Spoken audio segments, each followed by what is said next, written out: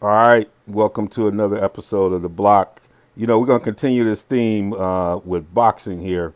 And we got my man Isaiah back in the building. Y'all know Darnell Kirkland Jr., and we're going to have fun with it. There's been a lot happening in the boxing world, and so we thought we'd just continue this line of conversation going on. But let me bring my co-host into the building. How you doing, Isaiah? Doing good, Devon. Thanks for having me again.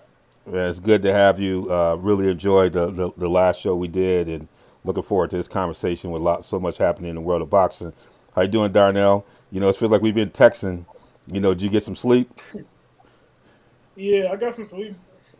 Man, I was up late for that anyway and doing their fight. I was like, Uh, you on a different time I'm still. on a I different woke, time we, zone. we woke up in that yeah. Yeah, so our RSG faithful, you might hear a rooster. Y'all been around for that. I'm over here in Maui. Taking an early look for that Maui Invitational. Who knows? I might have an interview with my guy out here at the Maui News. So we might drop something out here. I'm gonna go past the stadium in Lahaina so I can get that feel because they're gonna be coming back here with a lot of love. So if you hear our rooster in there, y'all have heard it before. So we're gonna keep it going. But we got boxing. This is what it's all about. And with the theme with these guys here, we're gonna get into as my boy Game Changer would say, into the proceedings. We're gonna get into that open round right quick. A lot of fights have been happening, and so we're gonna go through these different fights with these guys and get their reaction, and then talk a little bit about what they think the next steps. Obviously, we had Tank and Rolly going at it. A lot of chatter. Tank stepped up. Gave him that biscuit and did his thing and got him out of there. Rolly said that he was winning every round up until the time he got stopped. We know some crazy chatter here, but let's break down the fight a little bit. Isaiah, I'm gonna come with you on this. Did y'all both of y'all thought that Tank would stop him, but what was it about Tank's performance? Is anything about that that impressed you in terms of what you saw from Tank in this fight? Tank did just about what I thought he would do. I thought he would be patient at first because Rolly has power and he has to be wary of that. But also, really, I think Rolly is the one that surprised me more than anything because he did pretty good considering because I thought it wouldn't go past 4 rounds. It went 6 rounds. So, um, but I think Tank, he did his thing. He did what he's supposed to do. He's patient and he just timed him with a perfect shot. That's what it was at the end of the day.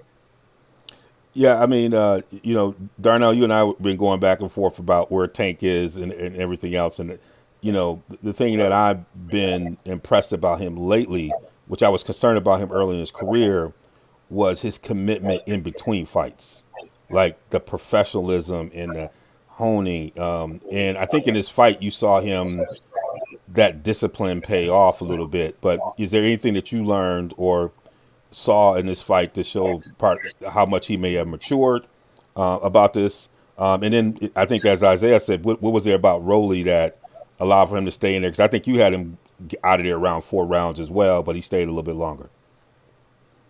Well, honestly, Tank didn't show me anything that I didn't know about Tank. Like I've been a Tank fan for a long time. So I've seen Tank fight this way. Well, everybody's saying like, oh, he showed that he can box. But if you watch Tank when he was an amateur, this is how he has a great back foot game. Like, he can do it all pretty much in the ring.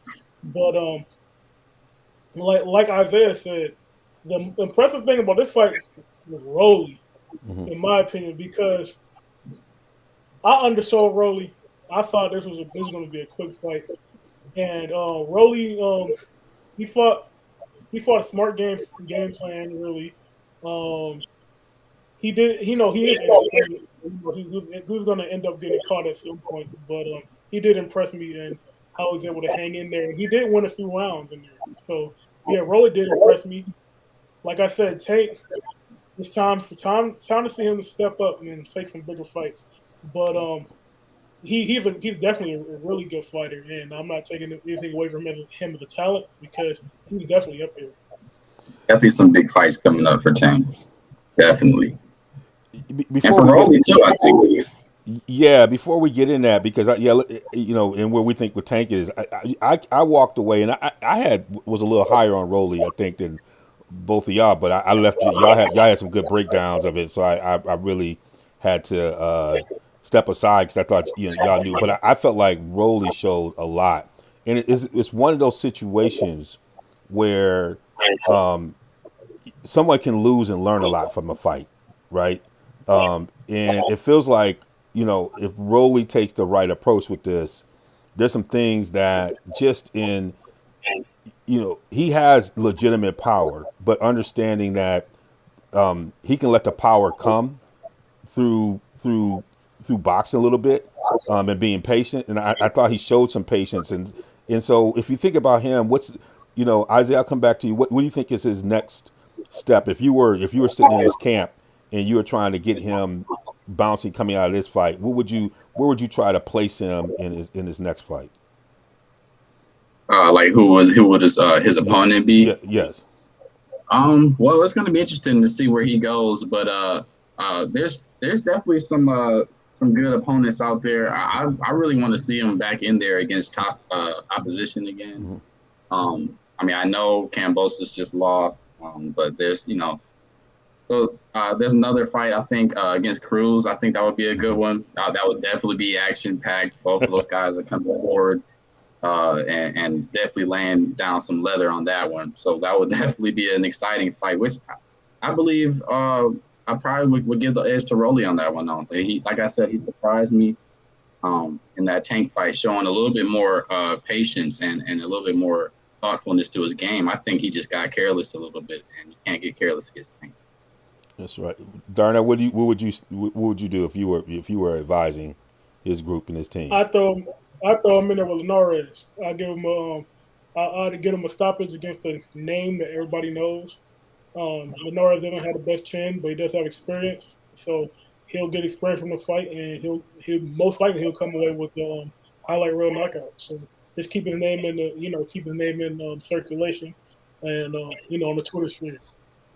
He also has a frame on him. Would you see him going up at all? Because he's got some size on him. I mean, when you think about his frame, he could go up and Yeah, fight. Would you see him going up at all in the future, I in mean, the he future? could go up now, but it's only going to get harder when you move up. And then the thing about 140 is 140 140 it reminds you a little bit of 154. Like it had a lot of tough fighters without the big name to go with it. So like yeah, if he tries to climb his way up the ladder, he has to fight Gary Antoine Russell. He has to fight Sabrina Matthias. You know what I'm saying? He has to fight these really tough fights that he's not going to really get. He's not going to get any casual. Like casual fans are going to give him respect for beating Super Matthias because they don't know who he is. But at the same time, that's a super dangerous fight. I mean, but that's the one thing about 140 to me.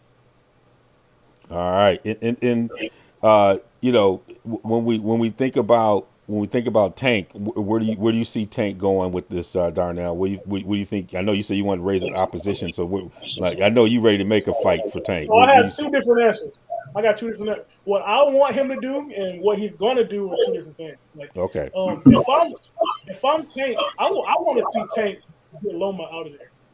Like I think that'll be a nice move, and that's a move that Bob Burnham would jump at. Really, um, I'm thinking of a name on that level, like either a Loma, Ryan Garcia, looking at possibly a Tiafimo, because Devin is tied up, But if Devin gets out the rematch clause, I'm looking at that.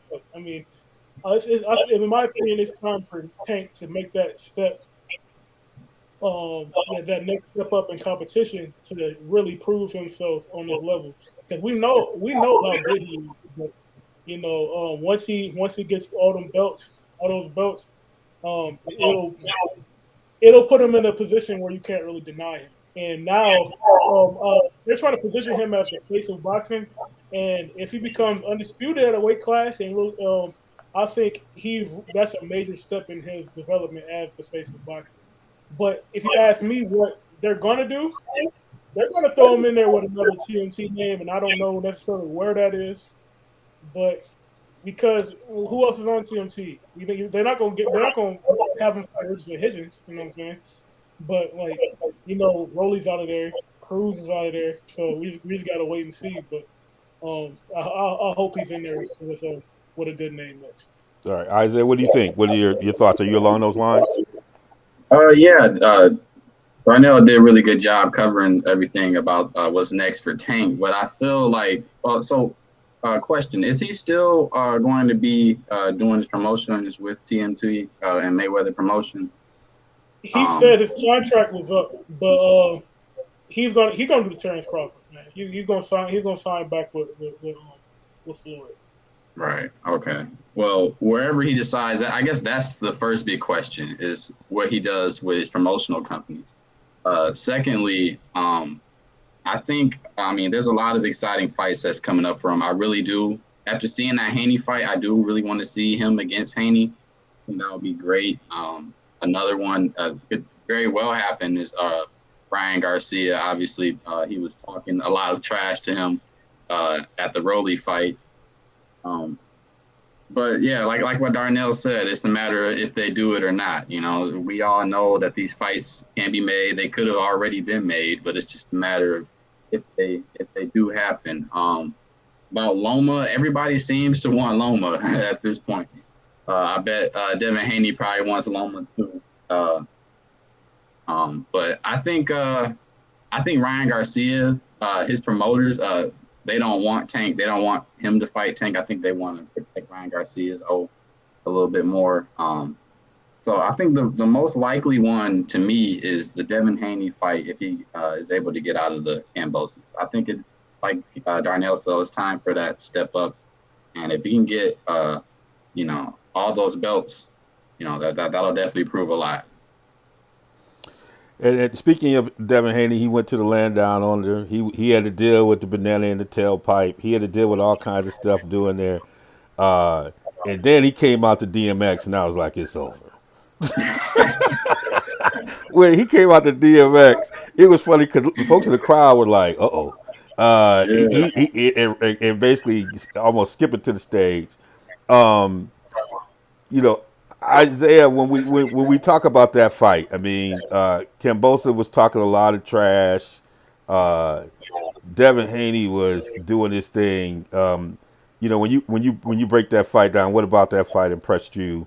And what did you learn about Devin Haney in that fight? Being on this big stage where you get what 50,000 plus in the house, and he basically was crying in the crowd like he was Brady. yeah. I think the most important takeaway from Devin Haney in that fight is his composure. I mean, to go into that setting and to perform like that in front of all those people, you're in a hostile crowd. And through everything, even with all the promotion and Cambosis talking, they even said this in the broadcast, but Haney kept the same temperature throughout the entire time he was there. He never got, caught up in the moment. He never got caught up in all the arguing and the banter, the back and forth. He just stayed calm and composed. And you saw that in his fight game, too. It was just a composed game plan, stuck to the jab, stuck to the 1-2, and that's what won him the fight. I mean, Darnell, I think you did a really good job when you and I were talking on the phone, and y'all know, hey, I'm here in Maui. Things are happening in the background. We'll keep it moving. But Darnell, I mean, one of the things you really broke down why Cambosa just can't handle a fighter like that. Where did it all go wrong with him? And I thought you really did a good job when you and I were talking on the phone about where he just Oh there's a yeah, way he can't really he's going to always have trouble because of the way he approaches his fight. well, he's always gonna have trouble because it's footwork. Yeah. When I coach my guys, I always talk about there's a difference between foot speed and footwork. And Cam Bosos has, well, especially in his past fight, he showed some terrible footwork. Man, he all his weight was on his front foot. He was linked over like this. So playing the way I explained it to Devon is like it's like in football, the difference between the offensive line staff and the defensive line staff. The defensive line, so you got all the weight in your hand, so you can get off the ball and come forward like this. And that's pretty much the way Cambosos was. He can't move side to side, so he can't cut the ring off, right? So that was the biggest issue I think of him. And you combine that with his low lead hand, he can't necessarily get out the way of the jab, and It was, and the other part of that was, like you said, Devin Haney, right? Um, I said going into the fight that as long as Devin Haney doesn't get caught up into the crowd, as long as he fights his fight, he should win comfortably. And the only way he can lose is if he does what he did in the Linares fight. And you remember in the Linares fight, he was boxing Linares' ears off, and then he started listening to the crowd, and then he wanted to finish the fight, go for the stoppage, and he got caught. And he did a good job of staying disciplined, sticking to the game plan. And it was a well, in my opinion, Kambosos didn't win more than 2 rounds. So it was just an excellent performance on the side of Devin Haney. Yeah, I had it 116, 112.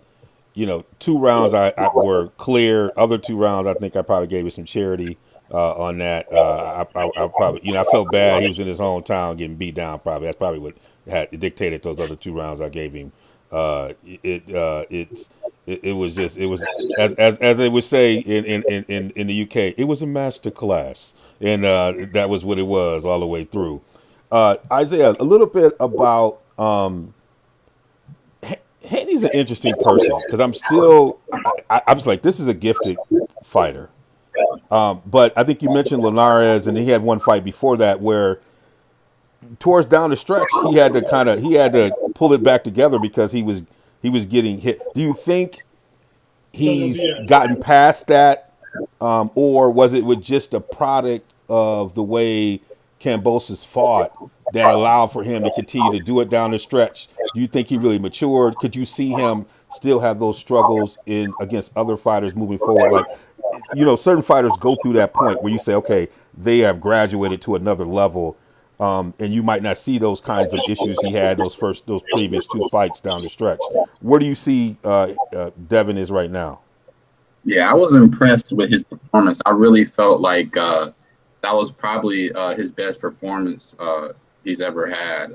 No matter what the opponent was doing, really he had his game plan and he was able to stick to it through an entire fight. And that's just a sign of maturity and discipline. So you can see that he's growing as a fighter. He's growing and learning new things. He's not getting caught with the same things like he did with Linares or Jojo Diaz. He's learning, and what is he? Only 24. Yeah. Like, the guy has so much time to keep learning. 23. Yes, has so much time to keep learning new things. And I think in that fight he looked very, very good. That was his best performance.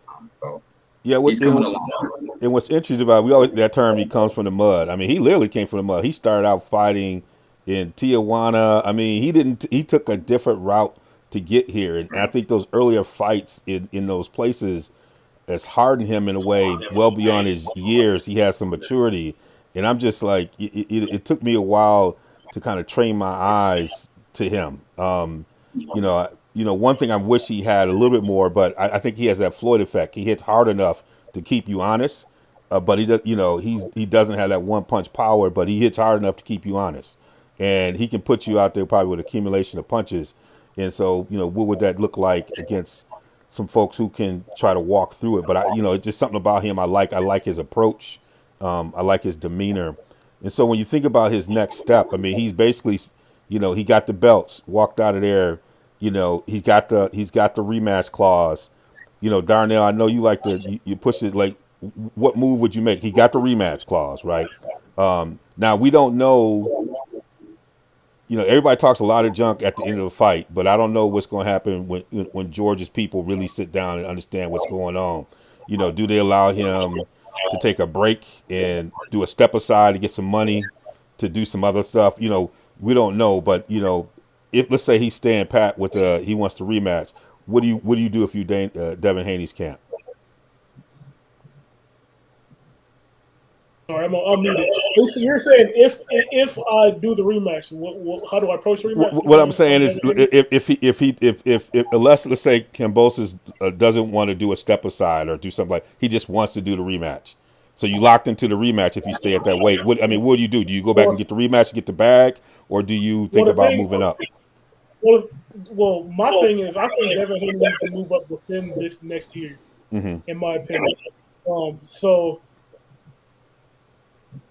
if I'm Devin Haney, I'm moving up because I want to strike while the iron is hot. I want to make sure I can get Josh Taylor, and you run if you stay for a couple more fights, you run the risk of Josh Taylor leaving the division and the belts are scattered. And when the belts are scattered, they're gonna try to box you out just like they did at 135. They're gonna be belts on PBC. They're gonna be belts on DAZN and on ESPN. So you're gonna run that risk of not getting a shot. So like what I would do is I move up to 140. I fight a guy like a Postal or a Jose Ramirez, something like that, and then I put myself in a position to fight Josh Taylor. So now I can have three belts at 140. So now I can run the table because I don't think he can stay at 35 too much longer. No. And I think he has 2 or 3 fights max at 135. And I think it's probably better for his career to move up, in my opinion. So Isaiah, on the other side of the coin, that probably leaves Kambosos to if they do vacate, he might be in a position to fight for the vacancy. I don't know. That might be a Loma if Loma comes out in that camp.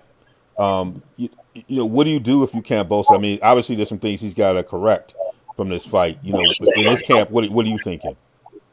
You think if he has to, if he is getting like a vacated fight, or he has to fight Devin Haney again? Let's start with if he fights Devin Haney again. What does he need to really? What can he do, given who he is? And then there's if not, nothing. No, I'm serious. you can't win. You can't. What can he change in 5 to 6 months? What can he honestly change? Like that's why this rematch clause thing. He needs to do a step aside, man. He needs to really look back at the tape and see that this fight, Devin Haney, he really outclassed him. Like it was not close. He made him look ordinary, and that's an undisputed champion.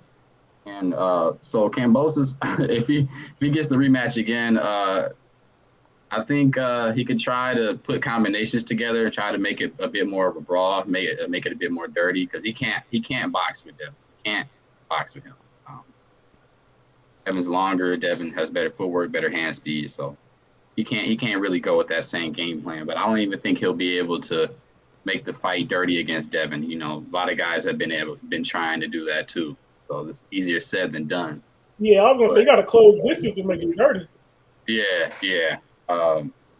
But with Devin, I think on contrary to what you're saying about him moving up, I think this is kind of an opportunity that he was fighting for a long time. All those guys at 135 were trying to write him off or, talking about this side of the street, that side of the street for the longest.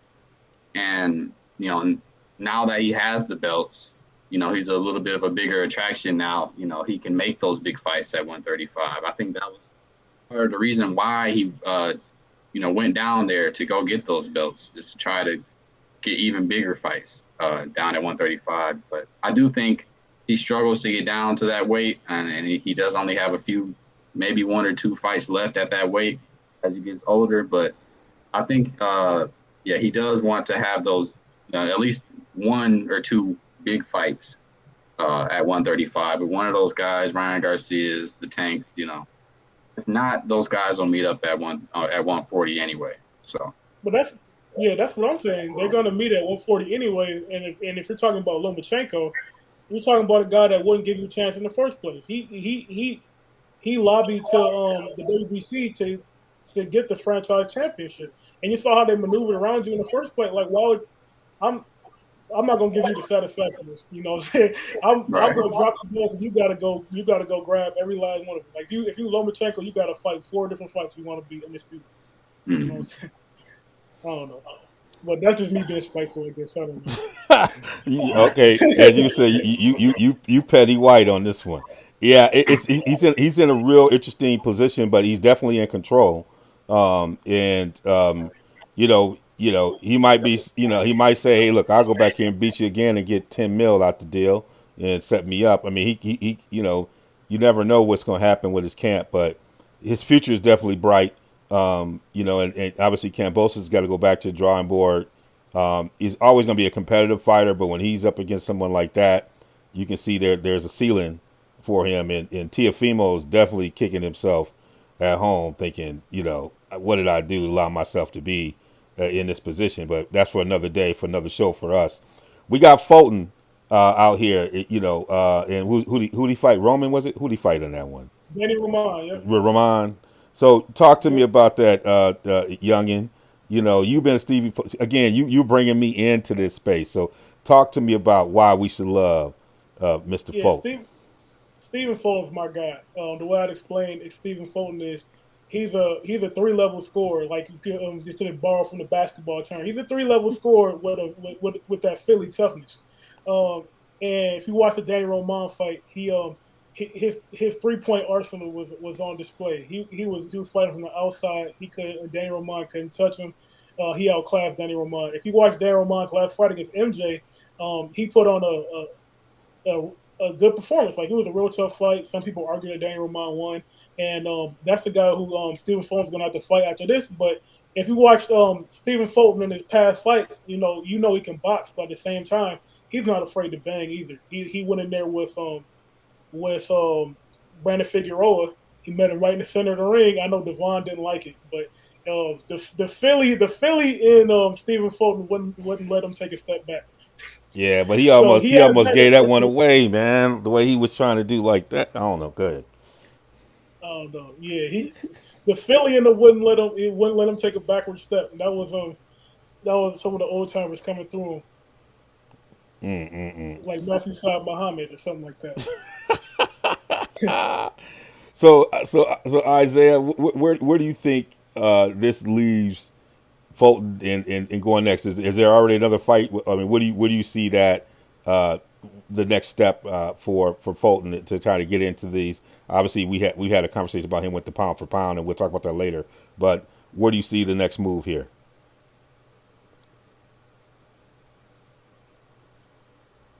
Muted. I think you're muted.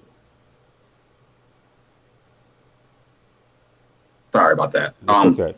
I believe he's got one more belt to get at that division, and then after that, I do want to see in a way we just had this fight today. I want to see him come up and fight Fulton. That would be probably the biggest fight, down at those divisions. Two of the biggest names, 118, 122. So I think Fulton is definitely a pound for pound guy. He's definitely in the top 10. I don't know where you might want to put him, but he's definitely lurking around in there. So definitely some more big fights coming up for him. Like I said, the biggest one being in a way. So that'll happen eventually. Well, Yeah, I thank got to you. talk about that one. What about the Inouye and Yeah, well, what? that and Fulton's got to fight MJ. You know what I'm saying? Okay. I forgot how you pronounce his last name, Lagmaniri, something like that. I forgot. I'm sorry if I mispronounced his last name, but they call him MJ. But after that Stephen Fulton versus Inoue is going to be, man, one of the. In my opinion, it's every bit as good of a fight as Spencer Crawford. It's not going to get the eyes, you know what I'm saying? It's not going to get the hype, but I think the actual fight is going to be just as good. And that's a fight that makes me nervous, man. It makes me nervous. I feel like Stephen Fulton's gonna get in there. He's gonna bang. It's gonna be like Meldrick Taylor versus Julio Cesar Chavez. And I have a bad feeling about that. Yeah, because as we saw last night, we talk about the time difference. I stayed up. I'm still feeling the effects of staying up, trying to watch that Inouye against Donaire. There's a reason why they call him the monster. My goodness. I mean, it was. it was destruction, and Donaire is that's a Hall of Famer, going out there, but woo, he made him look 40 out there. I don't even know how we can even break this fight down. So I think we the one thing if he goes to 122, his brother going to have to move up a weight because I know his brother's up at 122 hanging out over there as well. But he is, I don't even know what to say about him. He has everything you want to see in him. His power is going to come with him. Like Isaiah, what I mean, I don't even know how would you describe what you saw last night. I mean, just impressive, just really, really impressive. I was expecting a really good fight like the last time, for it to be really competitive. And in a way, just came out there, did his thing, and I was just like, from the first round, I was like, oh no, this isn't looking good, just because, and just the way in a way is moving right now. And he caught him with a clean shot, and I mean that was it. That's all it takes. And I've never seen a guy at 118 with that kind of power like that. That's what makes him so exciting, and which is why we want to see him against Bolton. And they had the nerve to let him wear horsehair gloves. Yeah, that was a mistake. They wanted that to be over quick. Ooh, they about to get. They're gonna go back some 10 ounce with him. I mean, so for Donaire, with Donaire Darnell, does he retire? I mean, do you just tell him to go ahead and it was it was a walk off. What do you tell Donaire? No, it's over. I mean, it's time to hang him up. He's going to the Hall of Fame. Like he's going to the Hall of Fame, but yeah, maybe you might come back when a Nui move up. But no, I think it's over. He had a good career. You say he had a good career. He had a good career. Oh Had my a great goodness. career. Yeah. All right, so we already talked about what was next for these three fighters. All right, so we got some fights coming up here that I wanted to come with y'all. We got Beterbiev and Smith Jr. and we'll talk about Usyk and Joshua. But let's start with the one that's coming up here pretty quickly here. Beterbiev and Smith Jr. Who, this one everyone says just don't go to the kitchen to get anything. Stay glued to your TV because they're gonna be banging. You're not gonna have to look for them. They're gonna be right in front of each other. Isaiah, what do you what when you break this fight down? What are the keys to these to these two fighters getting the victory in your mind? I'm not really up on these two fighters that much, but I do know that these, like you said, these guys are going to come out swinging. It's probably going to be a KO victory. So whoever wins this fight, though, it'll be interesting what happens next with them, though, as far as light heavyweight goes with Dimitri Bivol. And also, you got the David Benavidez is around. So it'll be interesting to see what happens with these fights and what happens after this. Because I think whoever wins this fight is going to get killed by either one of those guys. So. Oh, okay. All right. Now, we got predictions right now already. Like y'all fighting to lose right now. All right. Darnell, what do you? This is gonna be a bangers Olympics right here. What do you No, see? I think Joshua Jr. is too tough for his own good. Beterbiev is going to put him through wood chippers, man. Beterbiev is he looked like Khabib and he fight like Khabib. I mean, he's one of the best pressure fighters in the game. Super strong, and my prediction is pain. And I disagree. I disagree that he's just going to go in there with Bivol and get washed out. I think actually, you know what? Beterbiev is 37, so he might get old overnight in that Bivol fight. But I don't see it happening against Joseph Jr. But yeah, looking ahead, him against Bivol, if he has his legs under him, I think he beats Bivol. But if he doesn't, he's going to get outboxed. And I think that's pretty much how I see it. And then in July we got the rematch between Joshua and Usyk. Usyk obviously spending time in Ukraine and along with Loma, but deciding to come back to prepare for this fight for this rematch. We'll wait to probably get too much in predictions, but we can get a little bit about it. But I think the big story here is around Joshua. Picking up Robert Garcia as the trainer and making a change. And I know Darnell, you and I have talked a lot about I mean, I think we talked a little bit about his need to find a new voice in his corner. We found the way that's kind of helped fighters, particularly heavyweights, finding someone else who can get through them in a different way. Let me start with you, then come back to Isaiah. But talk a little bit about, for people who don't know about Robert Garcia, what Robert Garcia could bring to the table with someone like Anthony Joshua. So Robert Garcia is one of the better trainers in the game. He's trained a variety of fighters, especially in the West Coast over there. He does provide some things that I would expect Anthony Joshua to need in the rematch. He's going to teach him how to cut the ring off. All of Robert Garcia's fighters really are fundamentally sound. They're very defensively responsible fighters, and I think that's going to help Anthony Joshua going into this next fight. But if you ask me for a prediction for this next fight, I think nothing's going to change except for the calendar. I mean, there's levels there's levels to this, and skills pay the bills. And I think Usyk is there's a clear difference in skill level between Alexander Usyk and Anthony Joshua. Do you agree with that, Isaiah, or do you have a different perspective on this? Yeah, I definitely agree. Like he said, Robert Garcia is a good trainer and all that. He's trained a lot of traditional Mexican fighters, which can help with him cutting off the ring and his pressuring. But I don't know if those adjustments will be enough to touch Usyk at all, because like you said, there's levels to this. There's Usyk is just far too skilled. Joshua doesn't have the feet to keep up with him, and I think Joshua, the only way he can win is if he gets a knockout. So I mean, I think he should try to game plan around that, getting a knockout.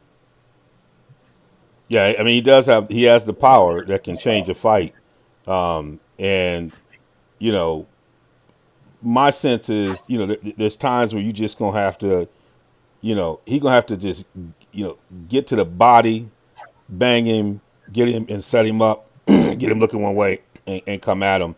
I think, and I worry. I don't know if the effect could happen on this first fight versus if Robert had two fights with him. It'd be interesting if Robert had a fight before this fight with him, because I don't know how much you can change in habits in a first camp, and that's the part I worry about. Sometimes when the fire starts going, you go back to what you know because you haven't quite trained the muscle memory to do certain things, and I just don't know if that is going to happen by the time they fight again. But he does always have that one punch ability to change a fight, so it'd be interesting.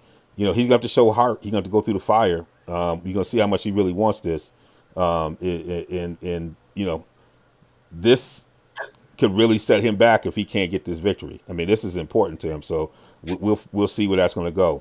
All right, y'all. We want to get into the final bell. Has your pound for pound list changed? That's what we want to try to get a sense of. We've had some big fights here recently. Have people moved up? Have folks got where they're going? Isaiah, I'll go with you first, and then come back over to Darnell. Has what these recent fights, have they changed your pound for pound list at all, or you shuffle some people around? Yeah, a bit of a shuffling going on because some guys that were in the pound for pound list fought this weekend. But I had Kambosos at number 10 on mine just because he had all the belts. Obviously, not anymore. He's not at that spot anymore. I'll put Haney up there now. In a way, I had him at number 9. I'll probably bump him up. I mean, that was a very impressive performance. I'll probably bump him up to number 5 or number 4. And Fulton, I think I'll probably bump him up in there too, or somewhere. I'm not sure where, but either there or even just the honorable mention. So those are the 3 guys that changed my list over the weekend. Other than that, I still got Crawford at number 1, Spencer number 2, Usyk at number 3, and Canelo number 4. Probably put Inoue at number 5, Shakur at number 6, Jermell Charlo at number 7, Bivol at 8. We'll put Haney at 9 and Fulton at 10. So Okay. There's some shuffling going on here. What about you, Darnell? Where you at? All right, so you know me, I got 2 different lists, man. Here My he go. second Like list, my we second see list, Isaiah. no, We my asked for second a list has list, and he changed a gonna little come bit. in My here. He first gonna come in list, here with the my first two list different never. lists. See, he Well, always yeah, trying I to got two. alter it. We I went got from the two Mount different lists. Rushmore to two different lists. Okay, let me go to your list. My first list has resume involved. It hasn't really changed much. I still have Crawford at one, Usyk at two, Inouye at three, Canelo at four, Charlo at five, Spencer six, Josh Taylor at seven, Shakur at eight, Fulton at nine, and Loma at 10. And the one where there's no resume involved, straight up talent, who I believe are the best boxers in the sport, most talented boxers in the sport. It changed a little bit. Number one, the Monster Inouye. Number two, Boots. Number three, Shakur. Number four, Usyk. Number five, Crawford. Six, Canelo. Seven, Spence. Eight, Tank. Nine, Fulton, and 10, Lomachenko. So what do you call that list? I call this the no resume list. I call this the list of, if everybody was the same size. This is the, what I'm saying. This is the Let's name this it, is the, man. We got to put this. You got to put this list I don't out know. on RSG. Send that to me so we can This put is it the out and pure. brand it. I guess you could call it the pure pound for pound, like the pure, like Pure the pound best for in the pound. game. Because like Boots haven't fought nobody. I won't put him on like the real pound for pound list. But if I honestly think if everybody was the same size, can't nobody hang with Boots. Boots is a dude with it's straight out of a video game. If you watched did you watch his last fight against who did he fight? He fought dang the dude from Canada. I'm sorry, I'm blanking on his name because he used to always he's always been at the top of the rankings. But yeah, I'm sorry, I lost his name. But if you watch just the first round, Boots didn't throw anything other than the jab, but you're just like, God damn.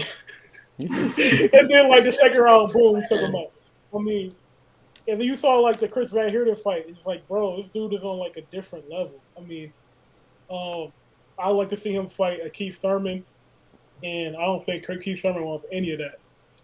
But yeah, this list is stuff like that, just like fighters who I believe are the best, but it doesn't necessarily factor in the resume portion of it. So this is what my eyes tell me list. It's like My eye test list, Eye test. all the eye eye test list. test list. See, we got to brand it, brother. We got to put this up on. You got to text it to me. You put it up on RSG. We got to brand it because what you're doing is you're pushing against the status quo. You're like, look, that's how I feel. Like I knew you can see a guy is great, even the competition might not be there, but you can like, I know this cat is a dog, and half of y'all don't even want to come over here and even mess with him. Y'all gonna make every excuse in the world to go to the other side of the street. So I feel you. I feel you on that. What's your reaction to that list, Isaiah? Would you have a little different tweak if it was just about your eyes? My, I mean, the most surprising thing to me was Inoue at one, and I think you had Crawford at what, five? I just Yeah, Crawford's at five, man. I It's tough. understand Inoue is dominant. He's the monster. He's great. He's got power, but for him to I understand the eye test, but I the resume does matter. It does matter, and it That's matters why. because you can, I mean, you see plenty of guys look good against guys that ain't really fought anybody. I'm not saying Inoue hasn't fought anyone, but I'm saying the most talented athletes in the world are not 118 pounds. You move up, it's gonna get harder and harder and harder. So I just want to Yeah, see Steve him killed get up with when you that. said that. Steve, I'm Yeah. sorry, that just came back in my mind. But like, my rebuttal about Anui is, as far as Anui versus Crawford, I just think Anui is more technically sound. Like, I think pound for pound, Anui might have more power.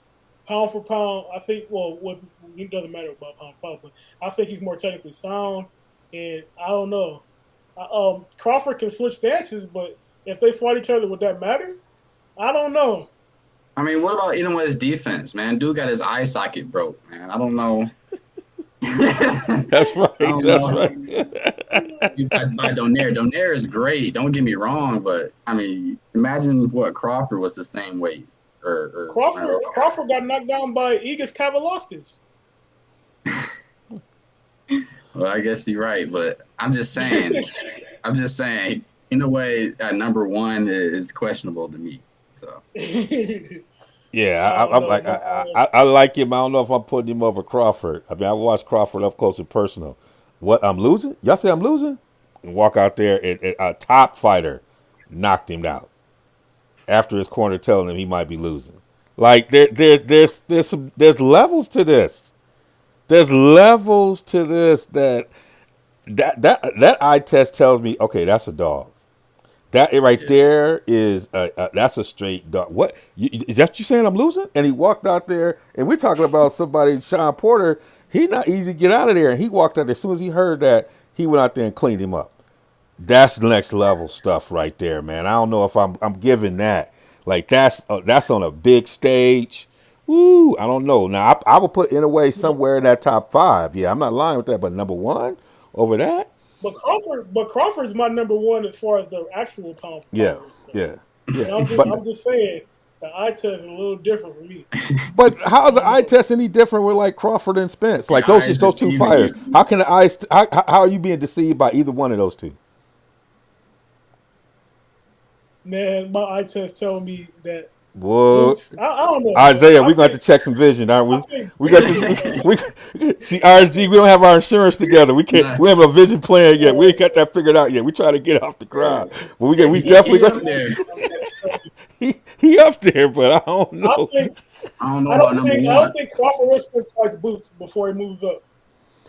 I like Boots, but Before if they I move was up. looking at this, I would probably have Boots in that 5 or 6 spot. Now Canelo, I think, is higher than he should be right now, and Really? so yeah, I think And I Canelo was at higher than he should six. be. But I'm saying that even on a lot of people's lists, I mean Canelo, and you know me, I've tried to champion Canelo, so this is somebody who tried to champion, felt like people were hating on him, but these past couple months to changed my mind, man. I mean, Canelo got some work to Why? do. Canelo might have to get into one of them big mega fights with one of them cats down there. He got to see a Charlo Canelo fought brother. at He got to see 175. somebody to get that street cred. I've been on that for a while, but Yeah, Canelo, I got Canelo on the all eye test list. I had him at six, and I don't think that's too high for Canelo. I don't think top six is too high for him at all. But I do think I will give you this. In Canelo's last 3 or 4 fights, especially with his level of competition, well, not level, the different types of fighters he's been fighting. It seems like he's gone to a more one-dimensional style. I feel like Canelo was in a much better space back in like 2018, 2017, was fighting Danny Jacobs of the world. I feel like he had better head movement. yeah, I think he was a better defensive fighter back then. He was a more complete fighter back then. I think now all he wants to do is, pressure and fight. The Mexican style, as just Triple G would say. Not necessarily. Well, I'm not going to get into that. As far as Triple G questioning his heritage. They could because remember going back to that point, he was saying like, "Oh, you got to fight me in this Mexican style or whatever." Yeah. But I think Canelo changed his style a little bit. I think Canelo was better when he was fighting Danny Jacobs. And that could be because of the weight class. He was fighting at 160 back then.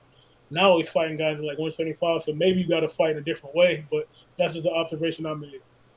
yeah. And the fact that he didn't get right back in the ring with Bivol, and he went to and then so he went his other option. He went to Triple G, and I know there's a money fight on that, but that's where you pivot and go get one of those other fights and get profiled, and it feels like he don't want that smoke, and it's like that part you can't have But when you we're talking know about that. the like But you like know that.